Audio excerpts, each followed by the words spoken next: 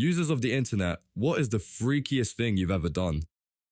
I knew something needed to change when I checked my midterm grade in organic chemistry, a solid 47%. My scholarship required maintaining a 3.5 GPA, and this grade threatened everything I'd worked for. Panic set in as I realized my entire future, med school, my career plans, even staying in college, balanced on passing this one class. The thought of calling my parents to tell them I'd lost my scholarship kept me up at night.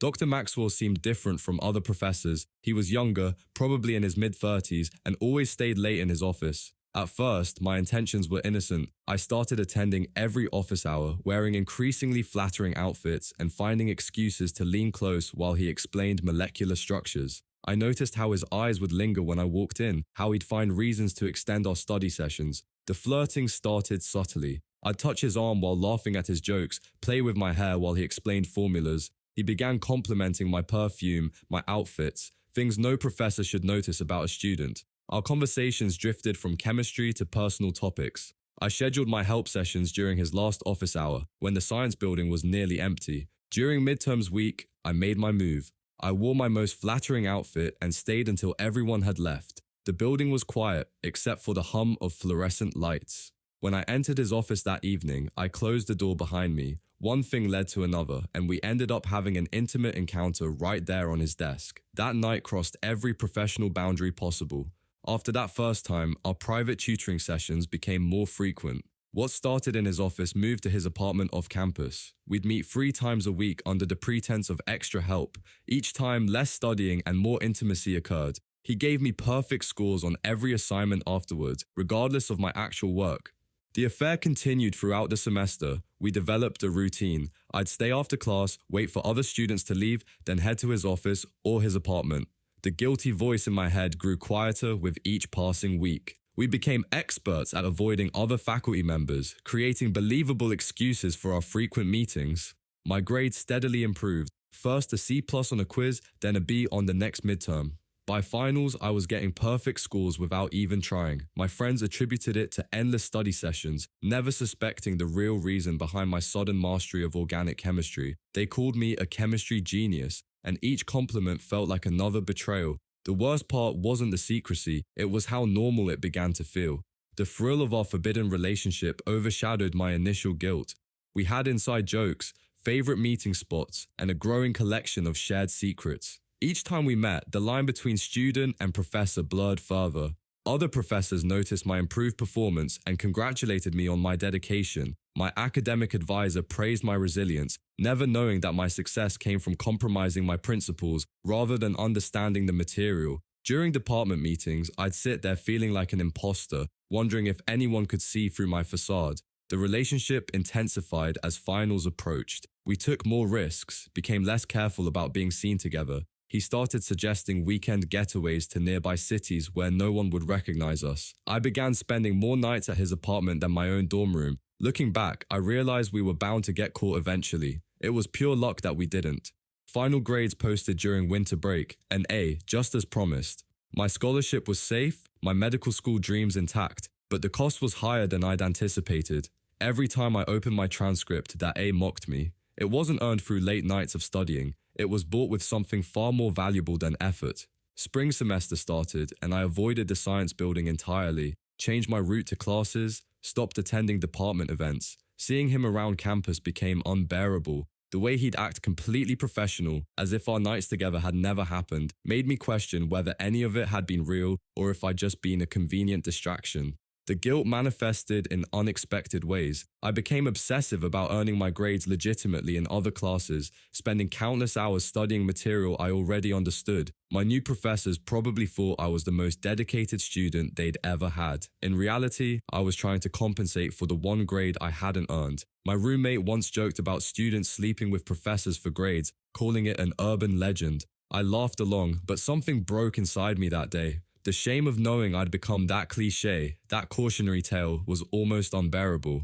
Every college movie with a similar plotline became unwatchable. 3 semesters later, I'm close to graduating.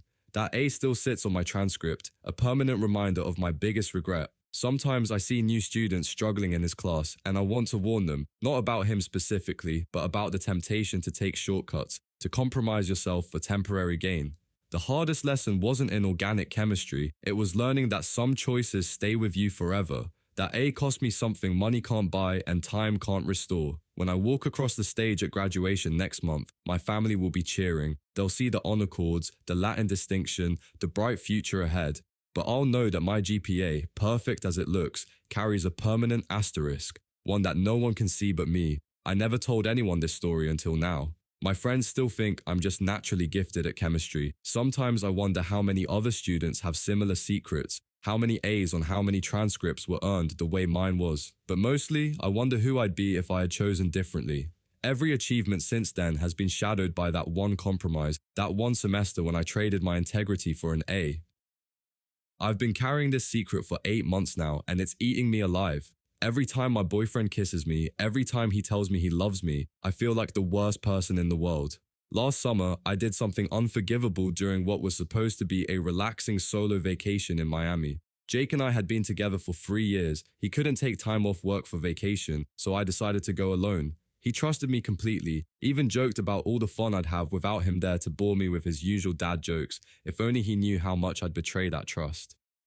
I noticed Marco on my second day at the beach. He was the stereotypical gorgeous lifeguard, tall, tanned, with that confident smile that made every girl on the beach stare. At first, I just admired from a distance, like everyone else. But then I started choosing spots near his tower, wearing my most flattering swimsuits, finding excuses to ask him questions about water conditions or beach safety.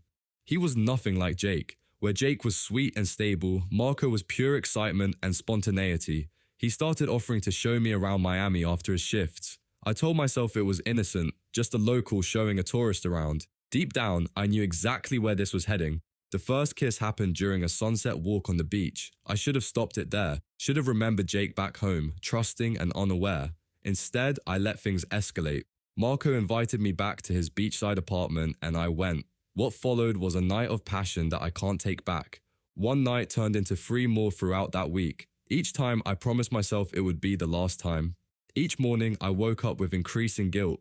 Marco made me feel alive in ways I hadn't in years, but every moment of excitement came with a crushing weight of shame. The worst part? Jake called every night to check on me, ask about my day, tell me he missed me.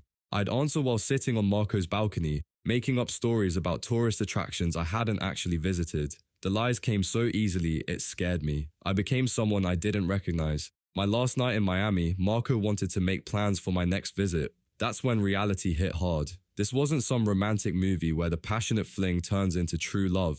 This was real life, and I had just destroyed something precious for a few nights of excitement.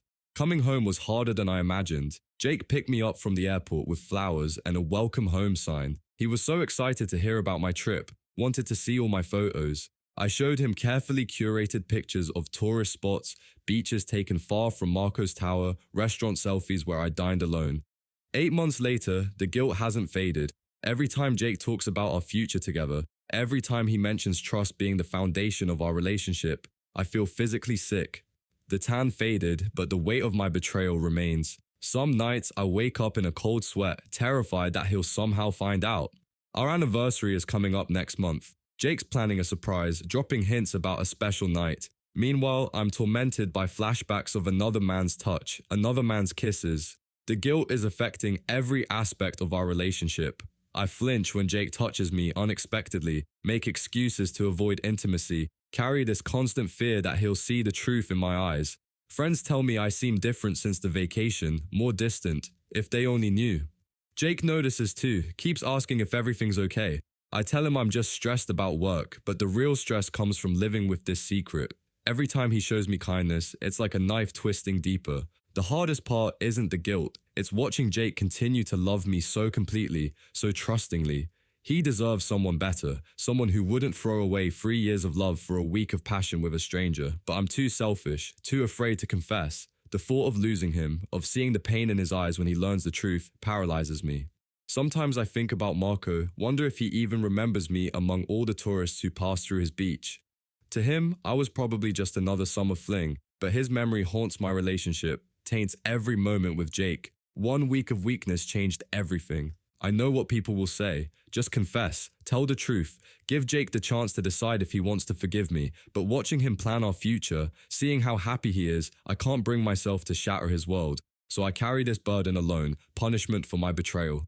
They say what happens in Miami stays in Miami, but that's a lie. It follows you home, creeps into your relationship, changes who you are. Every day I wake up hoping the guilt will lessen, but it only grows stronger. This secret is my cross to bear, the price I pay for 1 week of selfish choices.